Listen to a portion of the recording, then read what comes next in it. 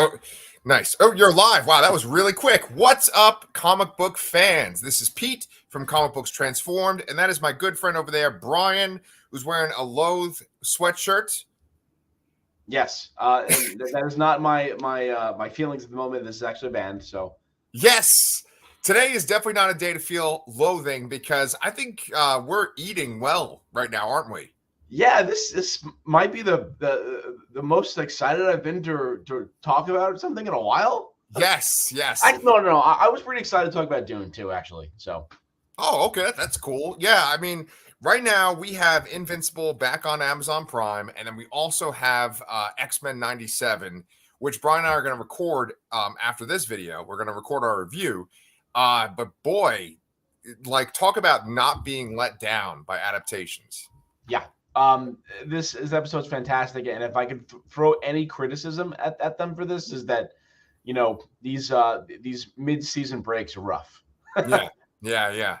How long's it been since that first season? The first, you mean the first part of the season? That's what I meant. I'm sorry. Yeah. It's been a few months. Like, I feel like it ended in like December or something like that, didn't it? That sounds right. Yeah. I mean, at least December. So it's been, a good 3 months or so or more. Yeah, and it's like it was only 4 or 5 episodes in that first part there, and I think we're only getting 4 now or something similar to that. And I understand there were production delays and all that, and that's really the thing there. But man, there's so many storylines and it's so dense here that I really wish that we were going week to week with this, and not like there wasn't a 3-month gap that I had to go kind of review and remember what the hell happened. So, yeah. It's funny because, you and I, we make notes before the show, and then I put them as these little tickers that go across the bottom of the screen. And I realized there's so many tickers for this Invincible episode because there's so much stuff that happens in Invincible Season 2, Episode 5. I was thinking... I'm sorry. November 24th was Episode 4. Dang, all right. Well, that's a while. That's like around Thanksgiving time, and here we are. My spring break's already over. So, do you want to do the honors of doing like a little recap of Season 2 so far? Oh my God, no, because I'm going to mess up what happened in the comic and what happens in the show. Okay. All right. I think I can manage it then. So basically, the beginning of Season 2 is like the fallout from Omni-Man beating Mark to a pulp and then flying off into space. We see what happens with Omni-Man. He flies to another planet. There he meets, he saves this alien crew of these like insect people. He falls in love with one of them, and then they end up having a kid together. The kid grows very quickly because the aliens have a very short lifespan. And so because of his sort of like immortal or like super long life, the kid is aging rapidly, but still it's going to take him a while to like get to an adult age. Besides that, on Earth, Mark doesn't really know what to do with himself. He's having some issues with his girlfriend. He is reluctant to be like, he's like being a superhero, but he's not like trying to be on any teams or anything like that, or like be in the spotlight. And then also Eve, she like gets into she kind of leaves the superhero life behind in a way, and she kind of goes to live off in Africa. Yeah, she makes her own little treehouse. She comes back and she does some stuff to try to help people, not any kind of vigilante crime fighting, but just to helping people. And something goes wrong at some point. Like she builds something with her powers, and it wasn't structurally sound, so someone gets hurt. She kind of spirals a little bit. She goes back to her parents' house, believe it or not. Yeah, and that's where she is once we get to this episode. And then with like the Guardians of the Globe, the Immortal is back. He's like recovered, and he's the new leader of the Guardians of the Globe. And it's like a new team with like Rexplode, and Robot is on the team, but he's got like this cloned body, and it's like a kid body. There's Monster Girl, there's Duplicate, and there's like a Bulletproof. Bulletproof, yes. You know what I love this little tidbit about Bulletproof, and I completely forgot about it. I don't think we even mentioned before, but the costume that Bulletproof wears is one of the costumes that Invincible tries on initially when he goes to see that tailor. I forgot his name. But anyway, he tries it on. He doesn't like it, Yeah. And then we eventually see Bulletproof in that exact costume. Yeah. I love that. And who's the voice of Bulletproof? I don't know. Is it Carrie Payton? I'm guessing there. Well, while you look that up, It's probably not. I want to do a little shout out right here. There's Mr. Frank. He is actually an author who I see like maybe 2 or 3 times a week. I'm on another Twitch stream that I go to for author Armand Rosamilia, and he's got a Twitch stream that's up 3 days a week. And Mr. Frank's on there a lot. He's always giving really funny jokes in the comments. Mr. Frank, we're really happy to have you on here, man. Thanks for watching. I don't know if you're a fan of Invincible. This might be a little boring for you, but me and my friend Brian are reviewing episode 5 of Invincible. Well, he's got a fish there, so maybe that's a reference to the episode where Invincible goes back and he has to basically pay for the sins of his father for murdering the fish people king. And then he's supposed to marry the fish queen. It could be that. It kind of pops up when he goes on Armand Rosamilia's stream too. So I'm thinking that's like his thing. But look at his picture though. He's got a freaking Cobra picture on his shirt. Yeah. Nice, man. So anyway, we're doing our recap of Invincible season 2. And now let's just go right to the first episode. Just to update here, Jay Farrow is Bulletproof. Oh, and yeah, he's Carrie from Saturday Live. Carrie Payton is Black Samson. That's where I got that from. Gotcha. Okay. I appreciate you looking those people up. So Rhea Seehorn, she's actually one of my favorite actresses, but I only really know her from Better Call Saul, which she's like really fantastic on that show. She's Andressa. She's the mother of Mark's half-brother. And she's in the very beginning of this episode. When we see her, she's old at this point because those creatures, Yeah, they have a 9-month lifespan. Yeah. So like when you last saw her, she's kind of in her prime. Now she's like an elderly woman. And she basically tells Mark he has to bring his brother to Earth because she's going to die soon. Yeah. And basically they're saying that even though he's going to age fast like they do, his aging will slow down eventually. He may not live as long as Mark does.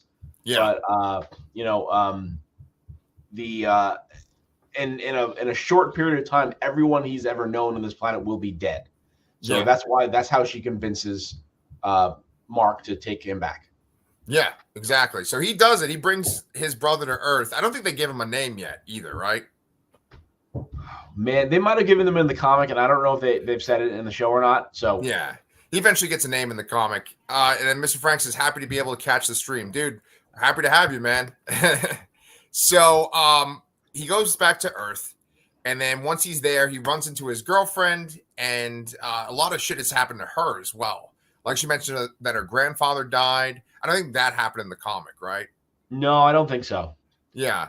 In the comic, she's just kind of hanging out with friends and doing things. And there's some tension there. There's some people that she may be her friends are kind of egging her on to dump Mark and go out with some other person.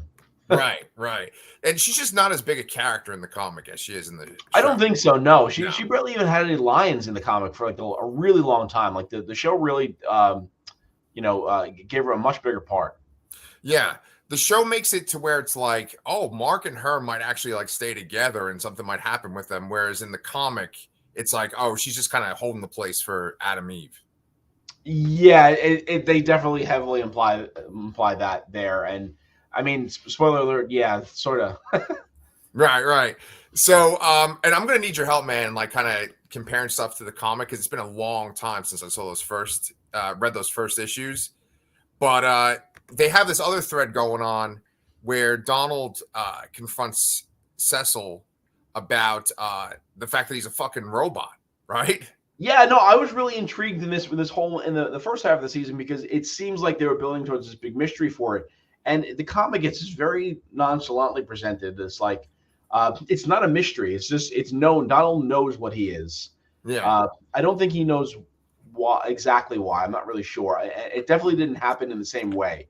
But they reveal it that Donald is a mostly cybernetic person with really just his brain and a few other parts left over, but by means of another character of something similar happening.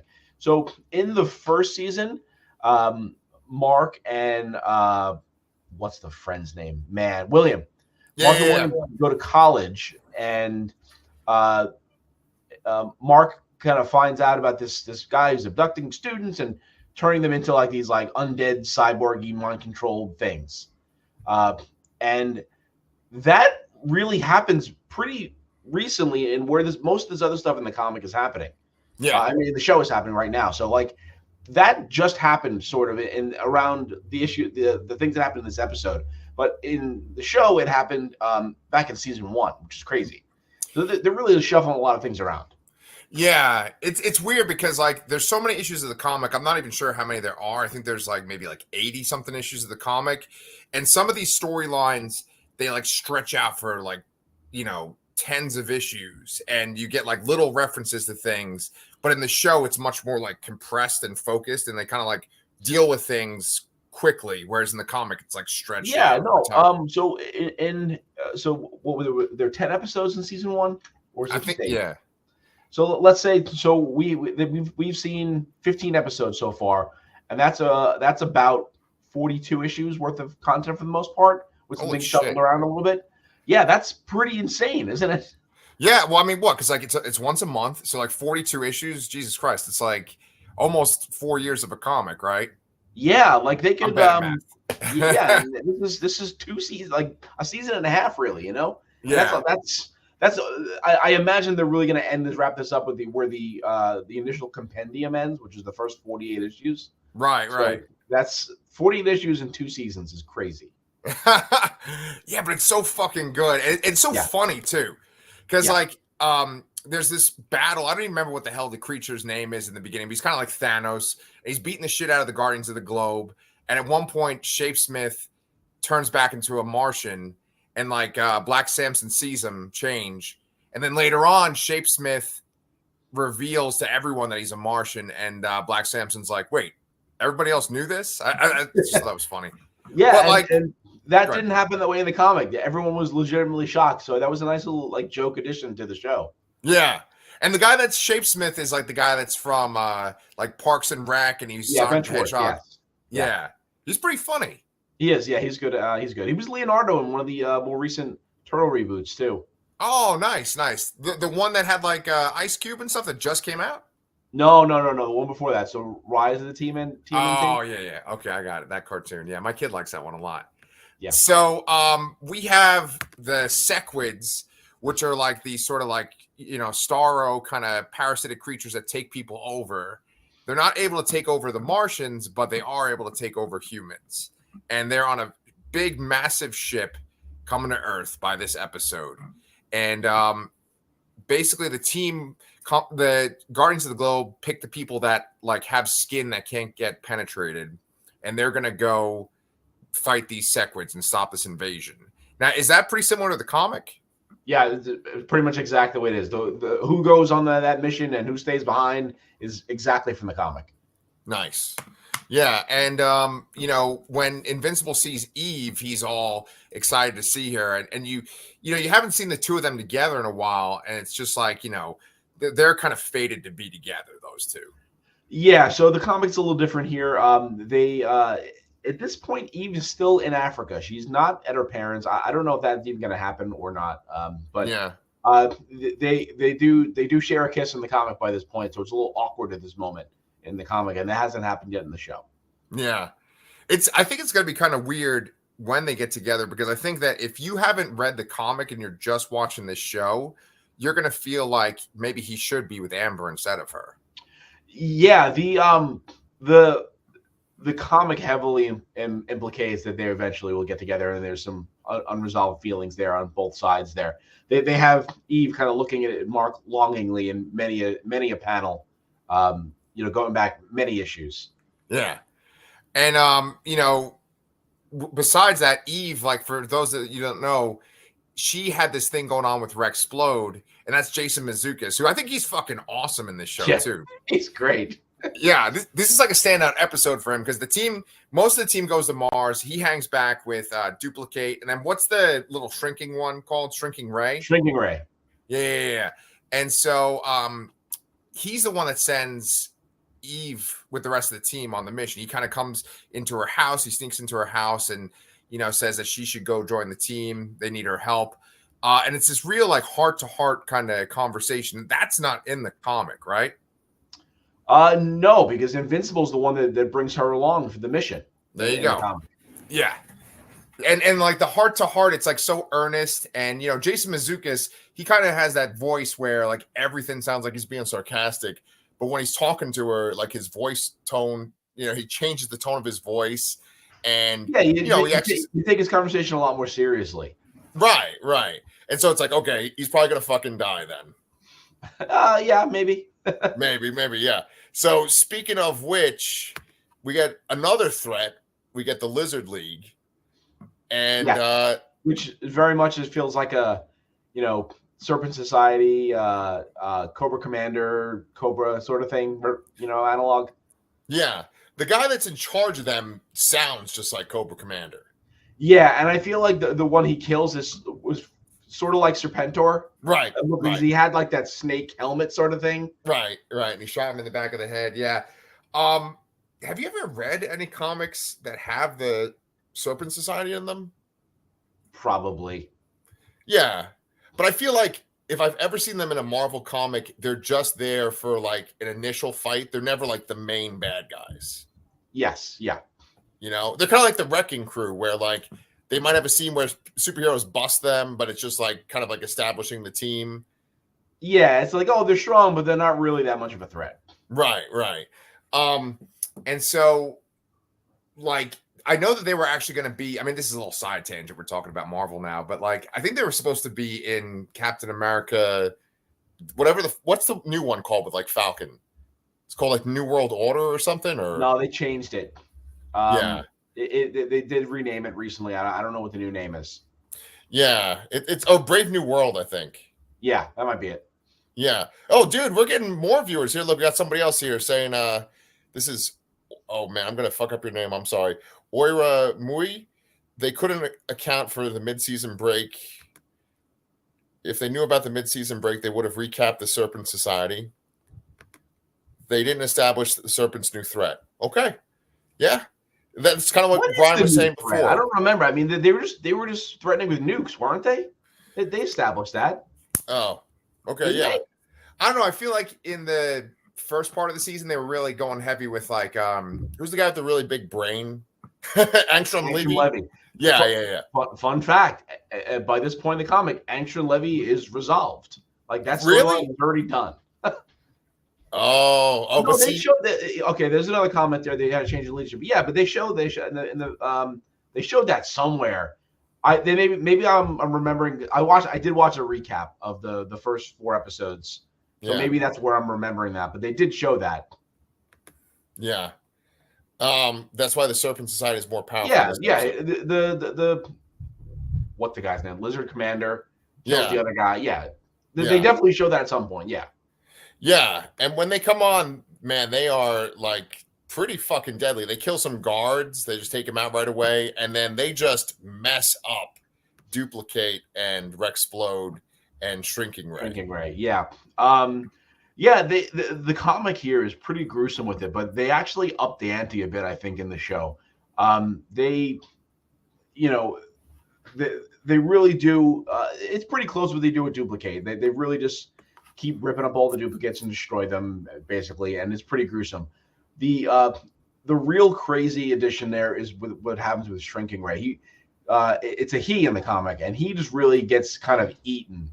And he doesn't try to reform himself or re-embiggen, re-enlarge himself. Yeah. And that was a really nice, disturbing touch to this scene in the show. Dude, that was so fucking disturbing because you can hear her like suffocating inside of him.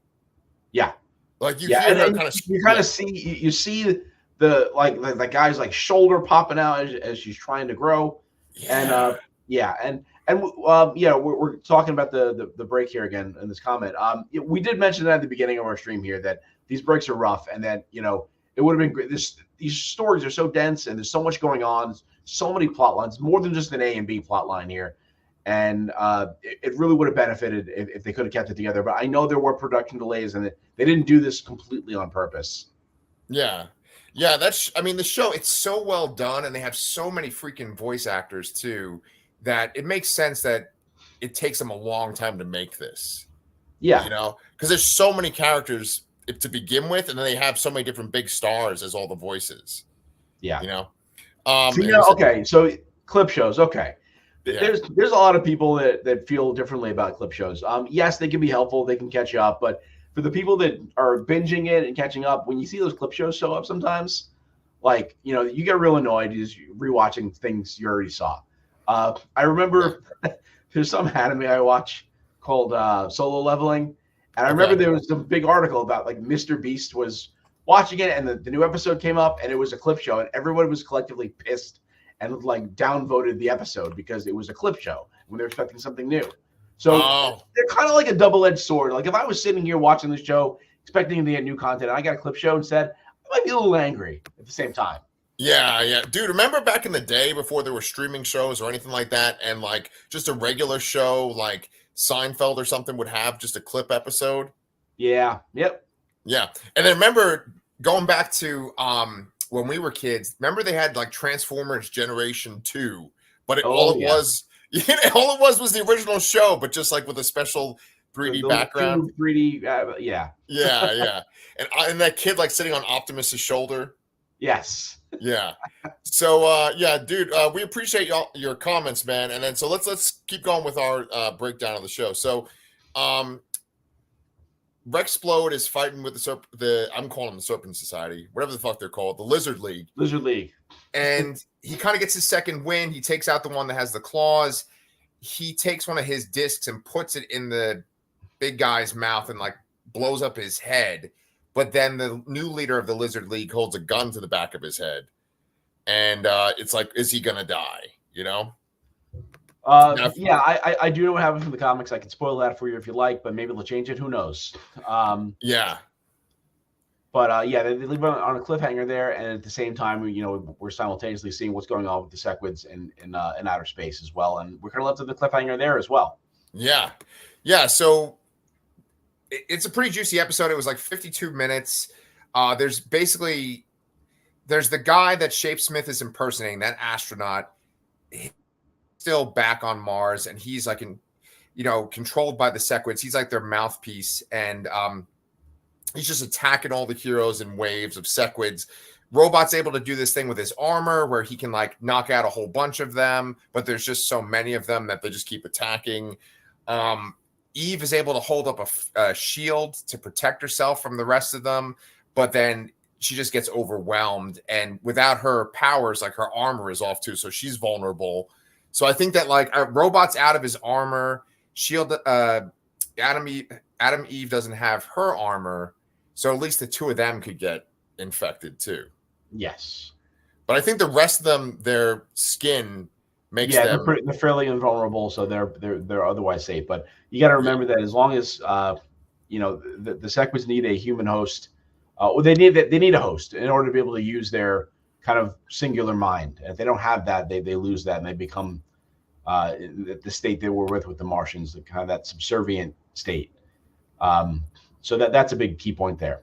Yeah, but otherwise, that's following the comic pretty accurately. Yeah, both those scenes were pretty accurate to how it goes in the comic. I mean, the only thing that's really largely different is the fact that they haven't resolved all the storyline with Action Levy yet. Yeah, and there's some other shuffled things around too. Like I feel like Robot just got the clone body a bit more recently, but he's had that since the end of season 1 in the show. Yeah.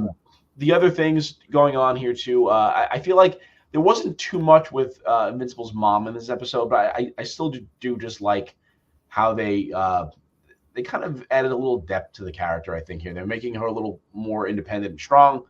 The way she reacts to the existence of Mark's brother, I think I like in the show better. Oh yeah, that's really it. No, I mean, what the hell's the name of the actress that plays her? Sandra Oh. Sandra Oh, thank you so much. Yeah, she was really good in Killing Eve. Sandra Oh, if you're going to cast her as the mom, you got to give her something to work with there, and I think she does this really great job. There's a lot of what's great about this show and what was great about the comic. The comic had a lot of panels where there's not dialogue and you just see people like looking at things. And I always know that that's much more effective than just filling panels up with dialogue. And you'll have these like sort of thoughtful moments that show character growth or give you a little insight into the character. And she has those moments like with the cabinet opening to the wine glasses. Yep. Right. That was like an issue in the last part of the season. And, she's just dealing with the fact that like the guy that she loved, she had a child with, it turns out he's an alien. She knew that, but that race wants to basically wipe out humanity, and that she's just basically considered like a pet to him, just like dealing with that. It's just all about her having to process that and get over that. Yeah. And she's gone back to work. She's like doing a real estate job.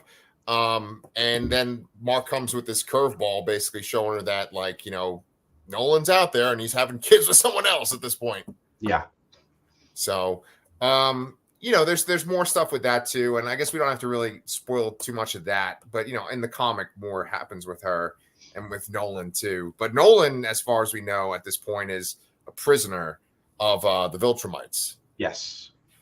And then last but not least, as we kind of wrap up this Invincible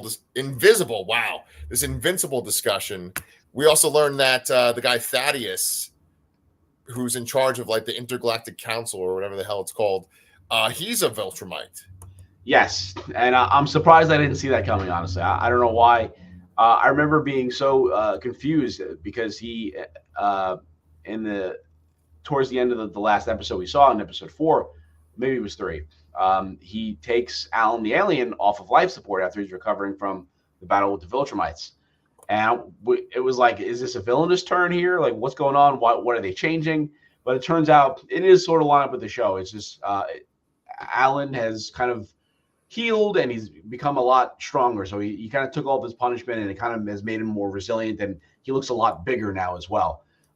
So Thaddeus took him off life support to kind of kickstart that process and, kind of risk his life to see if they can make him stronger. And now he says that he's potentially as strong as a Viltrumite now, which is good. And then, he reveals himself by saying, well, how do you know that? He reveals himself to be the only Viltrumite to his knowledge before Invincible to rebel against the Viltrumite Empire. Yeah. Yeah. With Alan's race, it's like literally, or at least with Alan specifically, it's very much that expression, what doesn't kill you makes you stronger. Yes. And, he's basically to the point of death, and then he comes back super strong now.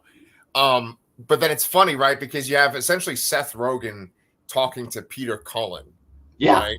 And I mean, would you ever picture that you would be watching a show based on a comic where Seth Rogen is talking to Peter Cullen? Nope. Yeah. So that's a cool twist. And that's pretty much the last scene of the episode. That's the last thing you see. That was like a little post-credit scene. Yeah. So is there anything that you're looking forward to in the rest of this season?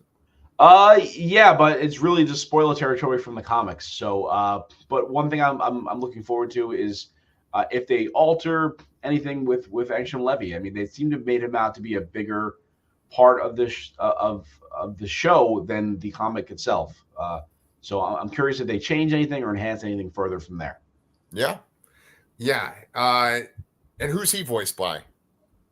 Oh man, I don't remember. Is that Wayne Brady? Oh, really? That's cool. Is it Wayne Brady? Probably. I think so. Yeah. Cool. Well, that is pretty much our Invincible Season 2, Episode 5 review. We just basically kind of recapped it and just compared it to the comic. That's what we do on Comic Books Transformed. We basically talk about the comic that the show is based on or the movie is based on and give our 2 cents. I'd like to thank everyone that was watching while we were doing this live. Mr. Frank, that was awesome to have you on here. And, if you guys want, you can subscribe to our YouTube channel or, find us on Spotify.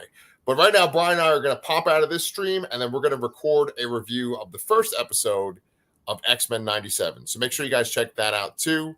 But we'll see you guys.